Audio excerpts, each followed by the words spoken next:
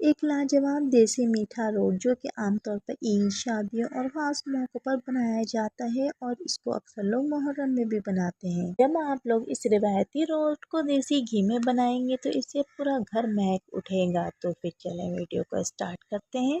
अस्सलाम वालेकुम my YouTube family, कैसे हैं आप सब? उम्मीद करती हूँ आप सब बिल्कुल ठीक होंगे। अल्लाह पाक आप सबको अपने हिफ्ज़-ओ-अमान में रखे, आमीन। दादी और नानी के ज़माने का बहुत ही बेहतरीन सा मीठा जिसकी फरमाइश हम किया करते थे और वो बहुत खुशी खुशी हमें बना कर दिया करती थी।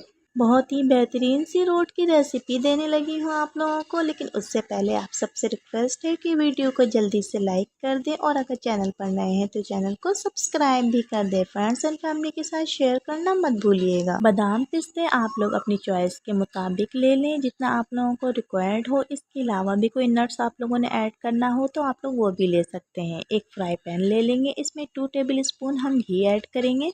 अगर आपके पास देसी घी हो तो आप लोग वो भी यूज़ कर सकते हैं। 1 कप हम सूजी लेंगे, सूजी को बहुत अच्छी तरह से छान लेंगे, साफ़ कर लेंगे। उसके बाद घी में हल्का सा भून लेंगे। सूजी को हम घी में कुछ देर के लिए अच्छी तरह से भून लेंगे ताकि इसका कच्चापन दूर हो जाए। बस हमने हल्का सा भूनना है, बहुत ज़्यादा इसको कलर नहीं देना। सूजी को भूनते हुए कुछ देर हो गई। जब इसका कलर लाइट सा चेंज होने लग जाए तो इसको हम बर्तन में निकाल लेंगे। लोग अपने घरों में किस तरह का रोट तैयार करते हैं मुझे कमेंट करके ज़रूर बताइएगा। आप लोगों के घर में रोट कब कब रेडी होता है? अब हम फ्राइंग पैन में दोबारा से घी ऐड करेंगे 2 टेबल स्पून और इसके बाद हम मैदे को अच्छी तरह से भून लेंगे। मैदे को भी हमने पहले से छान लिया था।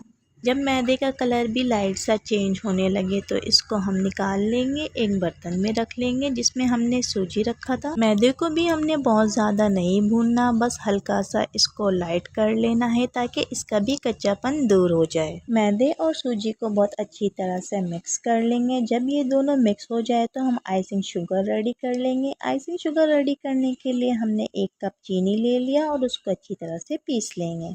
अब हम मैदे और सूजी के अंदर आइसिंग शुगर ऐड करेंगे। आइसिंग शुगर हमने घर पे ही रेडी कर लिया था, आप लोग भी बिल्कुल इसी तरह से घर में रेडी कर सकते हैं। आइसिंग शुगर ऐड करने के बाद अब हम दोबारा से अच्छी तरह से मिक्स कर लेंगे। 1 कप पिसी हुई नारियल ले लेंगे और कुछ नट्स ले लेंगे जिसको हमने पहले से चूरा कर लिया था। ये तमाम चीज़ें हम मैदे और सूजी वाले मिक्सचर में ऐड करेंगे। थोड़ी सी किशमिश डाल देंगे। 1 टेबल स्पून खसखस ऐड कर देंगे। खसखस को मैंने बहुत ही अच्छी तरह से वॉश कर लिया था। इसको वॉश करने वाली वीडियो मलीदे वाली वीडियो में मौजूद है, आप लोग चाहे तो वो देख। जायके को इन्हेंस करने के लिए 1 चुटकी नमक ऐड कर दिया हमने। अब हम तमाम चीज़ों को बहुत ही अच्छी तरह से मिक्स कर लेंगे। तमाम चीज़ों को हाथों की मदद से या फिर स्पून की मदद से अच्छी तरह से मिक्स कर लेना है। जब तमाम चीज़ें मिक्स हो जाए तो इसके बाद हम 2 टेबल स्पून घी ऐड कर देंगे और दोबारा से मिक्स करेंगे। अब हम नॉर्मल टैप वाटर ले लेंगे, उसको थोड़ा थोड़ा सा ऐड करके एक बेहतरीन सा डो रेडी करेंगे। डो तैयार करते वक्त हमें ख्याल रखना है कि हमने पानी बिल्कुल थोड़ा थोड़ा सा ऐड करना है। अगर आप लोग ज़्यादा पानी ऐड कर देंगे तो डो पतला हो जाएगा और इससे रोट अच्छे तैयार नहीं होंगे। इसलिए बहुत ही एहतियात के साथ बहुत ही थोड़ा थोड़ा सा पानी ऐड करते जाना है और डो को रेडी कर लेना है। आप लोग देख सकते हैं कितना बेहतरीन सा डो रेडी हुआ है। अब हम इस डो को 20 मिनट के लिए रेस्ट दे देंगे।